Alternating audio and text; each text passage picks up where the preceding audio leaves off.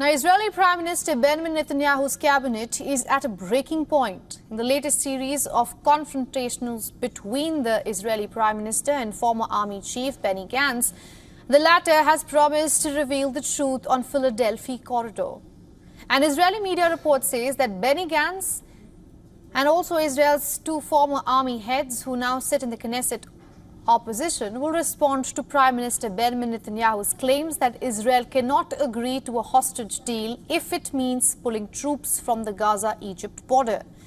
Amid the growing friction in Netanyahu's security cabinet, Israeli troops are continuing to pound Gaza. Palestinian health officials inform that Israeli strikes have claimed the lives of 33 Gazans in the past 24 hours. An Israeli strike hit a college housing displaced people in the Saftawi area of the northern Gaza Strip. Health officials say 2 Palestinians lost their lives in the strike.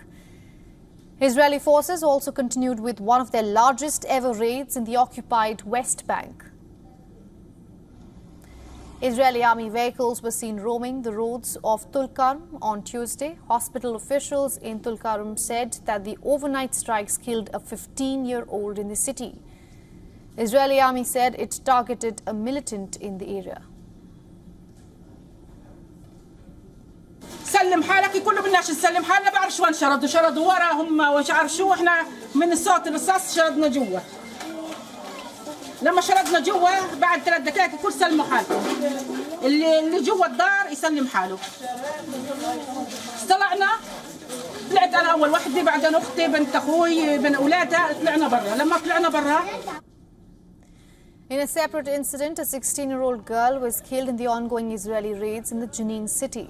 Nearly a week into Israeli military raids, at least 29 Palestinians have lost their lives in the occupied Palestinian territories.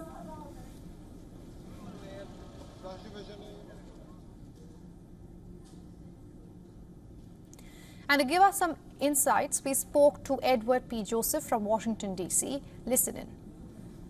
These 6 hostages had been executed in just recently, not that they'd been killed sometime during the war in circumstances that were unknown, but in circumstances that were clear that Hamas had executed them, presumably when they feared that Israeli troops might be nearby and might discover them and rescue them.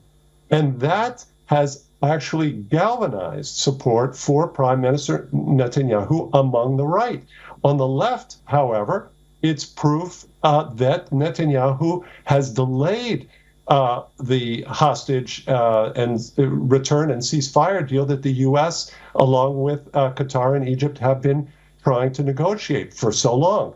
So that's the quandary. And as long as Prime Minister Netanyahu believes he has strong political support both within his government and within his party and that part of the public spectrum, he will not change his position. For all the latest news, download the WION app and subscribe to our YouTube channel.